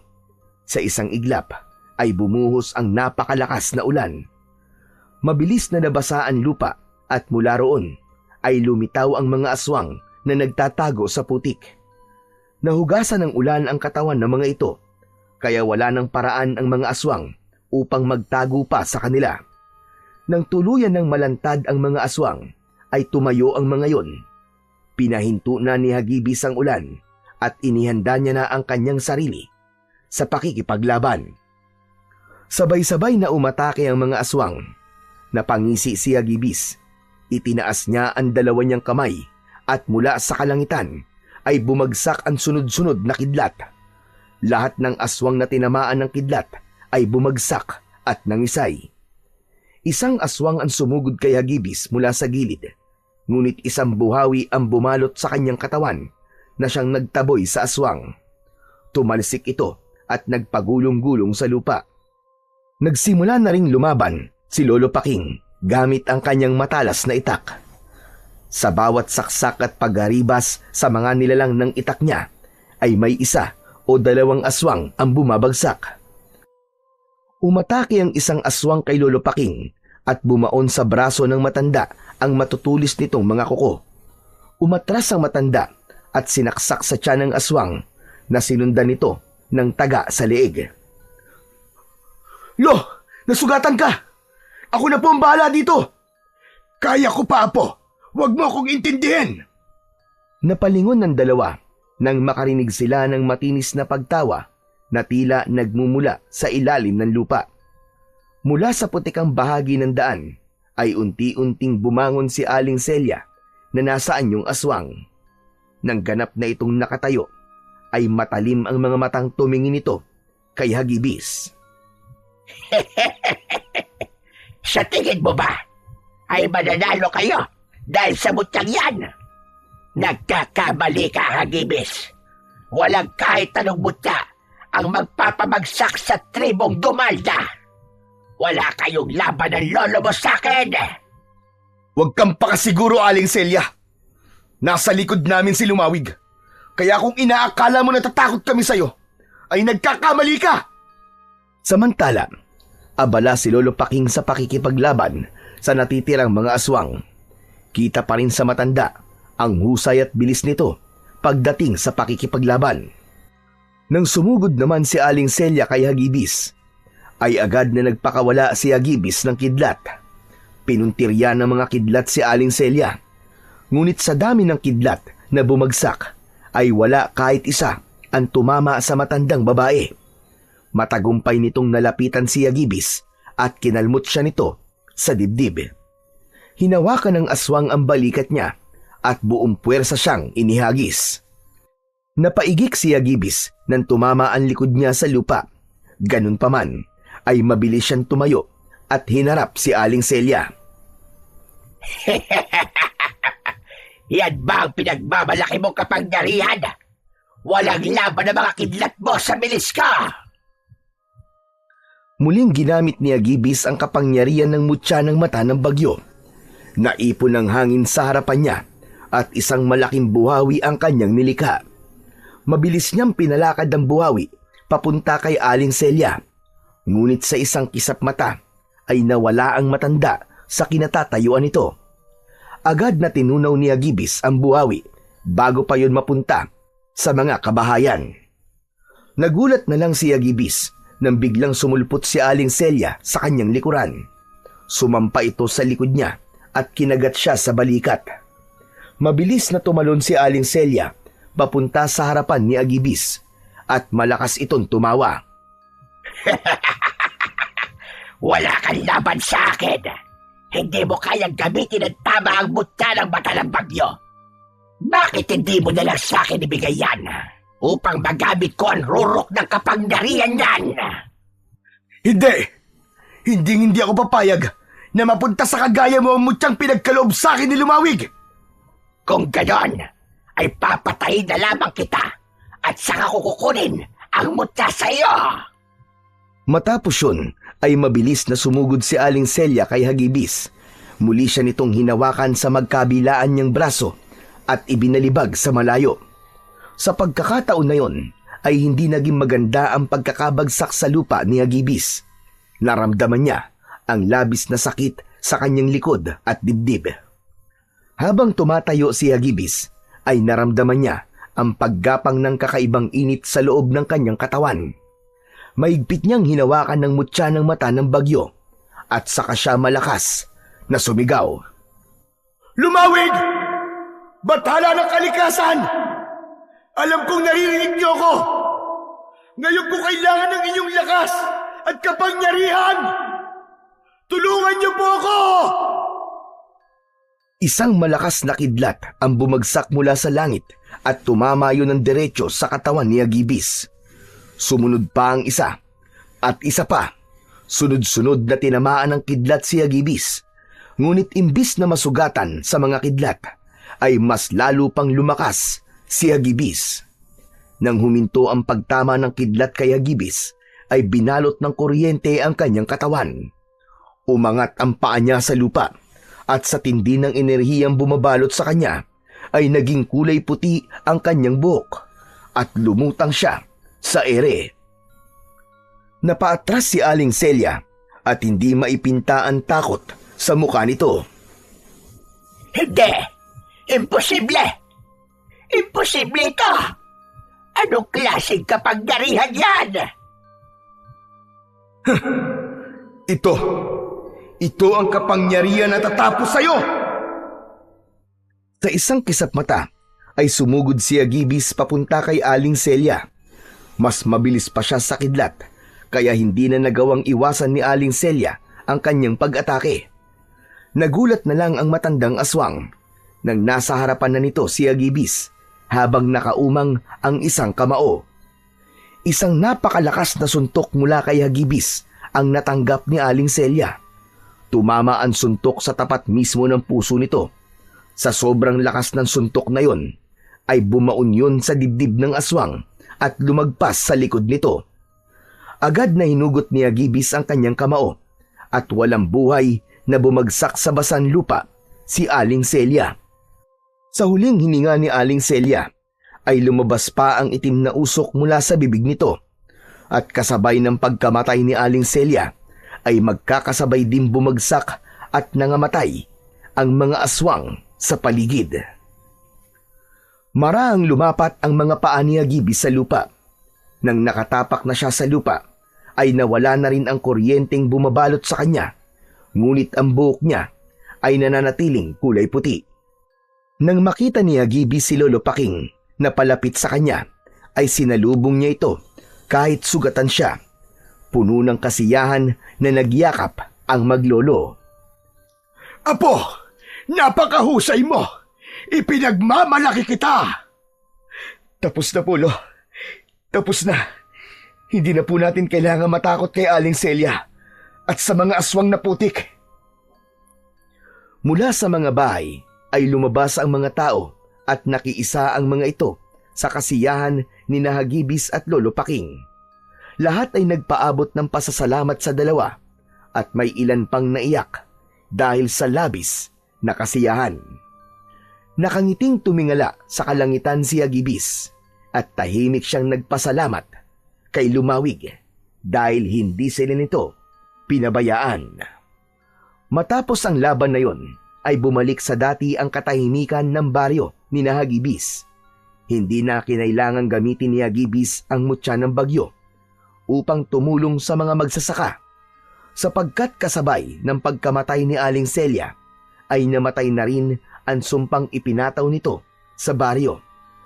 Makalipas ang ilang taon ay itinalaga na nga ni Lolo Paking si Hagibis bilang bagong pinuno ng tribong Gantayon. Mula noon, namuno si Hagibis ng may pagmamalasakit sa lahat ng tao sa kanyang nasasakupan. Isinulong niya ang pagkakaisa ng mga mamamayan at tinuruan niya ang lahat ng karunungan sa pag-aalaga sa kalikasan.